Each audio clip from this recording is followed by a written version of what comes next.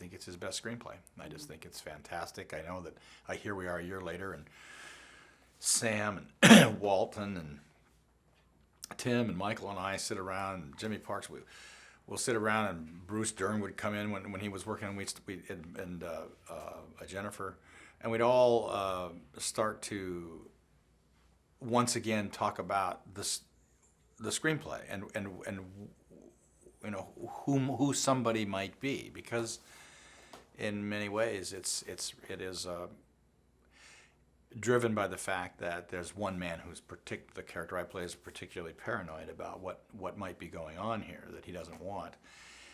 But it doesn't mean he's crazy. He may be crazy. He may not be. It doesn't. You know, you don't know really who's who. And he's very, very, very worried about having his bounty stolen from him, taken from him, being killed in the process. It's just special. He's literally one of a kind. And then that's all outside of what it is he does. He knows exactly what his screenplay is saying. He's open to any and all interpretations as long as they are helping tell that story. So while you have this director who's people ask all the time, well, does it make you stay close to the words? Oh yeah, absolutely.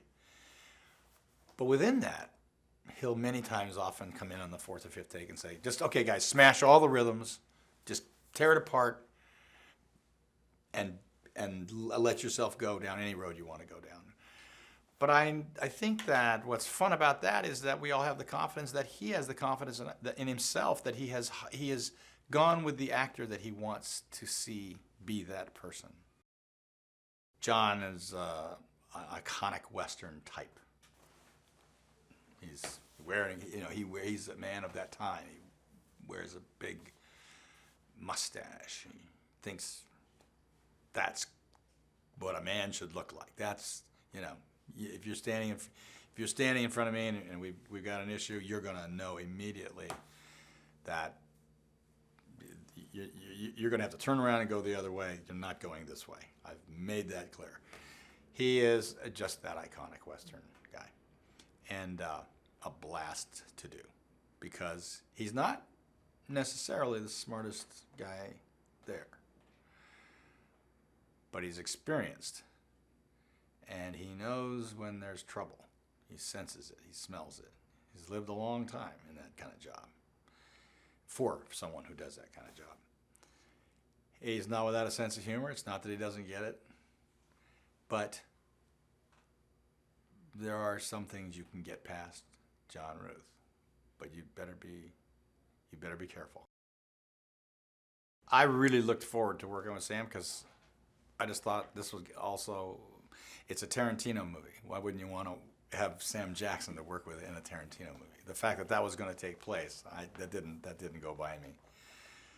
And he's a bold actor. He's an unafraid, generous, intelligent. He's inventive and creative. He doesn't hold anything in. He just gets in the room and gives you the opportunity to feel that he's right there with you and for you, and you should be there for him. Again, I think Sam's, in my opinion, Sam's to some degree been one of our great underrated actors, because it looks like it's easy.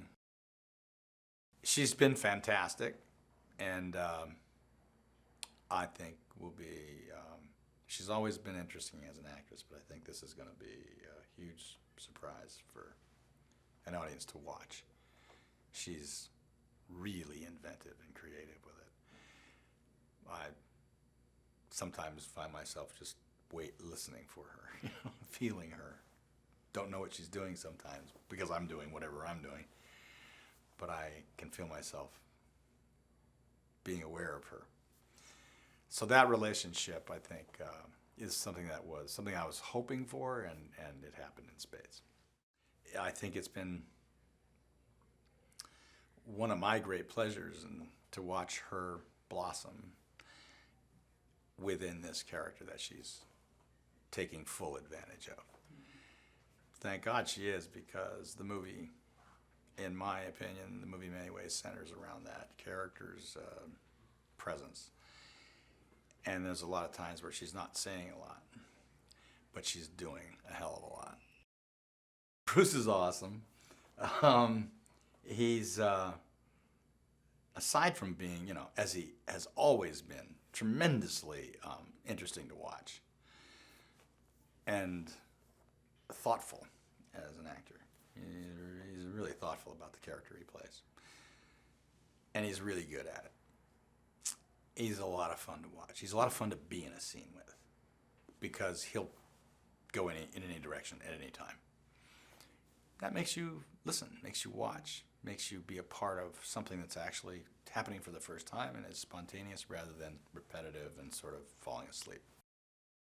When you're doing a Quentin Tarantino movie, both Michael Madsen and Tim are two guys that I think are iconic in that world.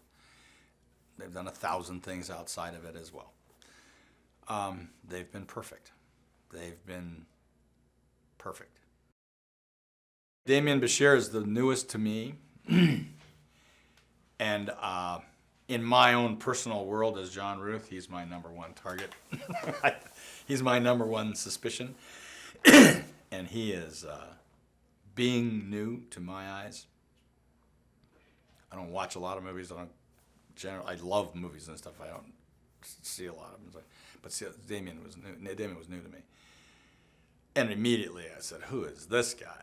I mean, he is a great actor. This guy is great. What a character. He's nothing like the character he's playing. But he has this tremendous approach and grasp of exactly who Bob the Mexican is to him. And he's a very inventive actor. It's a bit of a mystery here. This is a bit of a detective story. I mean, a lot of a detective story. And the behavior of the characters is what's driving this mystery. But along the way, you're learning these crazy lessons of America. And sometimes those who appear to be the most hateful turn out not to be the most hateful. And vice versa. Some of those that seem to be kind of